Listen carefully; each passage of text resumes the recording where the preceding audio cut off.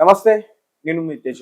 మాజీ ముఖ్యమంత్రి వైఎస్ జగన్మోహన్ రెడ్డి గారికి సంబంధించి సిఆర్‌పిఓ అతని పిఏని అరెస్ట్ చేశారంటూ కూడా బయటకు ఒక న్యూస్ అయితే వచ్చింది. దీనికి సంబంధించి క్లియర్ ఇన్ఫర్మేషన్ తెలుసుకుందాం. మనతో పాటు డిస్కస్ చేయడానికి సీనియర్ జర్నలిస్ట్ దాము బాలాజీ గారు ఆయనతో మాట్లాడు. నమస్తే సార్. నమస్తే. సో తాజాగా చంద్రబాబు నాయుడు గారు రక్త చరిత్ర అంటూ ఈ రకంగా కొంతమంది థంబ్‌నెయిల్స్ పెట్టి శ్రీహరి అనే ఒక వ్యక్తిని జగన్‌కి కావాల్సిన వ్యక్తిని అరెస్ట్ చేశారంటూ కూడా ఇటువంటి వార్తలన్నీ కూడా బయటకు వస్తున్నాయి. అసలు ఏ నేపథ్యంలో అతను అరెస్ట్ చేశారు? ఎందుకు సార్ ఇదంతా? ముందు నుంచి కూడా ఈ ప్రభుత్వం, కూటమి ప్రభుత్వం వచ్చిన డే 1 నుంచి కూడా ఈ వైఎస్ జగన్కి సంబంధించిన సోషల్ మీడియా విభాగంలో ఎవరైతే అశ్లీల పోస్టులు పెడుతున్నారో లేదా వైలెన్స్ సంబంధించిన పోస్టులు పెడుతున్నారో వాళ్ళందరినీ అరెస్టులు చేయడం, కేసులు పెట్టడం, కోర్టులు పెట్టడం ఇవన్నీ జరుగుతుంది. దాని మీద వైసీపీ కూడా పోరాడుతూ ఉంది. ఈ నేపథ్యంలో ఇప్పుడు ఒక వార్త వైరల్ అవుతుంది. అదేంటంటే వైఎస్ జగన్కి సిపిఆర్ఓ అంటే చీఫ్ పబ్లిక్ రిలేషన్స్ ఆఫీసర్గా గతంలో పనిచేశాడు పూడి శ్రీహరి. అతన్ని తాడేపల్లిలో ఈరోజు మార్నింగ్ చిత్తూరు 2 టౌన్ పోలీసులు వచ్చి అతని ఇంట్లోకి వెళ్ళి అతనికి కారణం చెప్పకుండా అతని ఫోను, ల్యాప్టాప్ తీసుకొని అతన్ని తీసుకెళ్ళిపోయారు అనేది వైసీపీ ఆరోపిస్తుంది. సో దీని మీద కూటమి ప్రభుత్వం ఇంకా స్పందించలేదు. వైసీపీ ఆరోపణలు అయితే అంబటి రాంబాబు దీన్ని ఖండించాడు. ఇది అక్రమ అరెస్టు, ఆయన ఏం నేరం చేశాడని. అయితే పోలీసులు ఏం చెప్తున్నారంటే అతని మీద కుప్పంలో కంప్లైంట్ నమోదైంది, కుప్పం పోలీస్ స్టేషన్లో. సో కుప్పం పోలీసులు మాకు చెప్పారు, చిత్తూరు 2 టౌన్ వాళ్ళకి. సో మేము ఇక్కడ వచ్చి అరెస్ట్ చేశాము అని చెప్తున్నారు. సో కేసు కంప్లైంట్ ఏంటంటే ఇతను ఒక పోస్ట్ పెట్టాడని, యానిమేట్ చేశాడని, చంద్రబాబు చేతిలో కత్తి పెట్టి యానిమేట్ చేసి చంద్రబాబు రక్త చరిత్ర ఆయన పోస్ట్ పెట్టాడనేది అభియోగంగా చెప్తున్నారు. సో ఇతను గతంలో కూడా జగన్ పాదయాత్రకు ముందు ఇతను చాలా మీడియా సంస్థల్లో ఈ పూడి శ్రీహరి పనిచేశాడు. మీడియా పర్సన్గా పాపులరు. దాని తర్వాత జగన్ పాదయాత్ర చేస్తున్నప్పుడు అతను వెంటే ఉండి అతనికి సిపిఆర్ఓగా ఉన్నాడు, చీఫ్ పబ్లిక్ రిలేషన్స్ ఆఫీసర్గా ఉన్నాడు. దాంతోపాటు అడుగడుగున అంతరంగం అనే పేరుతో ఒక పాదయాత్ర మీద ఒక సమగ్రంగా ఫోటోలో పెట్టి ఒక బుక్ కూడా ఇతను రాశాడనమాట. అది కూడా ఈ వైసీపీ సర్కిల్స్లో అడుగడుగున అంతరంగం అనేది బాగా పాపులర్ అయిన పుస్తకం కూడా. సో ఇప్పుడు అతను ప్రజెంట్ రోల్ వచ్చి వైసీపీ అంటే ప్రధాన కార్యదర్శిగా ఉన్నాడు. మీడియా విభాగానికి ప్రధాన కార్యదర్శిగా, స్టేట్ కార్యదర్శిగా పనిచేస్తున్నాడు. సో అంటే ఈ స్థాయి వ్యక్తిని అరెస్ట్ చేయడం ఈ మధ్యకాలంలో ఇదే ఫస్ట్ టైం అని చెప్పుకోవచ్చు. అంటే మనం చూస్తే కూటమి ప్రభుత్వం మొదటి నుంచి కూడా వచ్చినప్పుడు, గత ప్రభుత్వం వైసీపీ ఉన్నప్పుడు ఎవరెవరు అరాచకాలు చేశారు, ఎవరెవరు చట్టవిరుద్ధంగా అనేక కార్యక్రమాలు చేశారు, ఎవరెవరు తెలుగుదేశం లేదా జనసేన ఈ నాయకుల మీద, కేడర్ మీద తీవ్రంగా విరుచుకుపడ్డారు, వాళ్ళందరినీ ముందుగానే నోట్ చేసుకొని, అందుకనే లోకేష్ రెడ్ బుక్ అని కూడా ప్రకటించాడు. సో వాళ్ళందరినీ గుర్తుపెట్టుకొని నోట్ చేసుకొని వాళ్ళ మీద కేసులు పెట్టడం, వాళ్ళని అరెస్ట్ చేయడం ఒక పద్ధతి.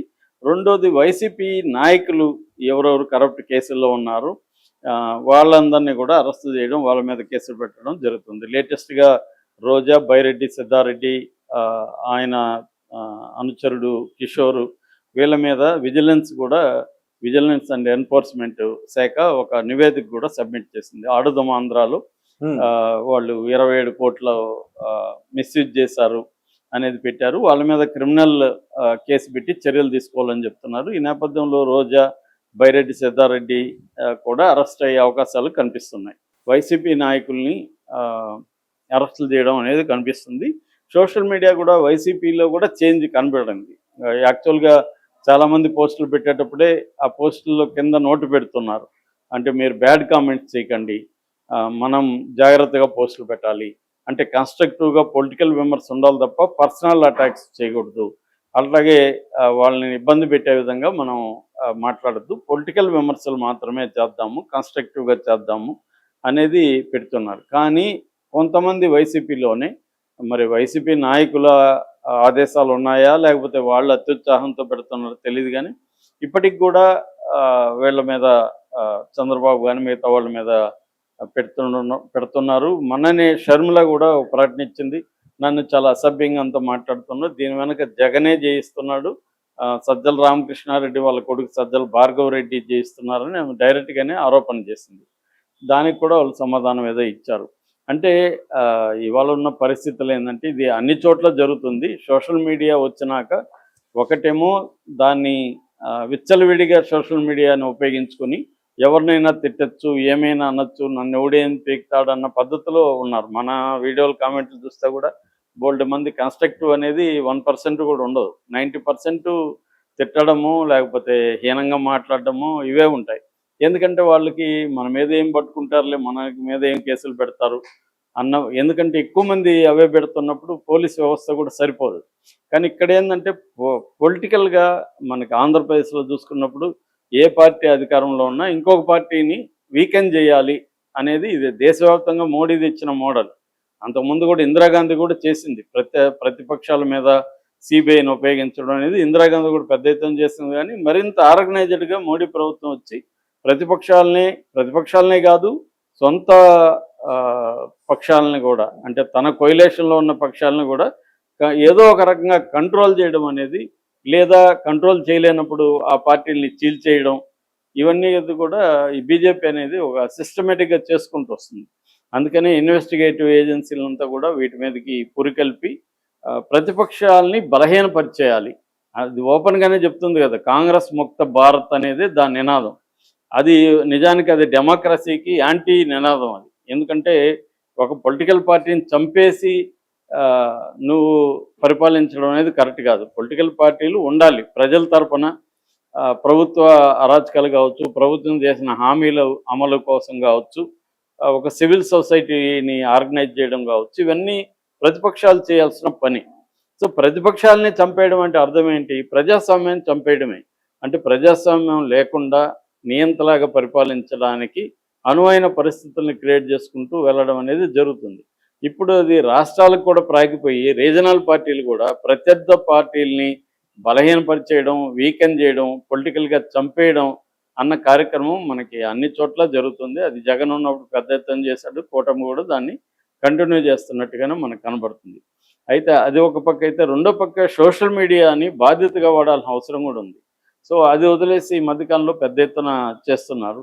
సో దానికి అలాగా చేస్తున్న వాళ్ళ మీద కేసులు పెట్టడం అనేది జరుగుతుంది. మొన్ననే ఆంధ్రప్రదేశ్ హైకోర్టు కూడా వైసీపీకి సంబంధించి నరుకుతాం, అదేదో పుష్ప డైలాగ్ ఉంది కదా,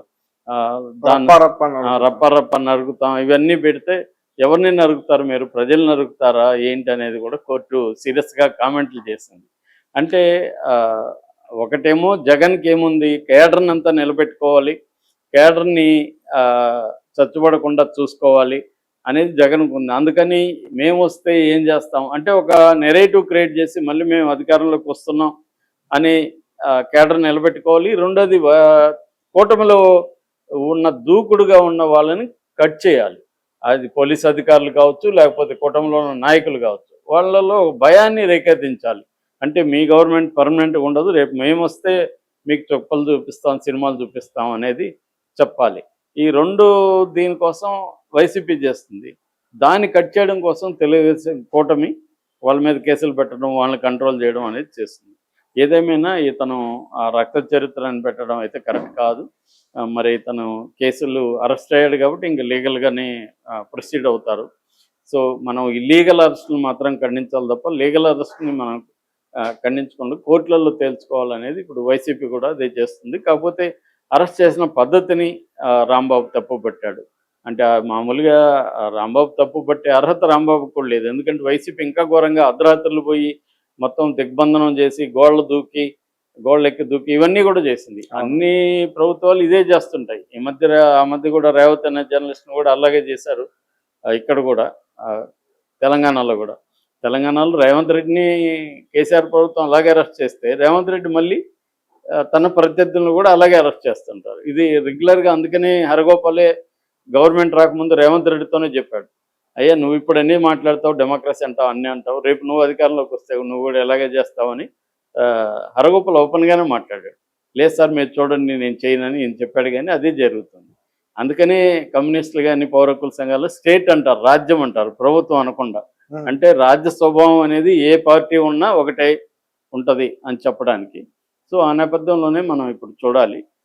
ఇది జగన్కి కూడా తెలుసు, ఇది అరెస్టులు జరుగుతాయి, దీన్ని ఎదుర్కోవాలనేది. వాళ్ళు కూడా ప్రిపేర్ అయిపోయినారు.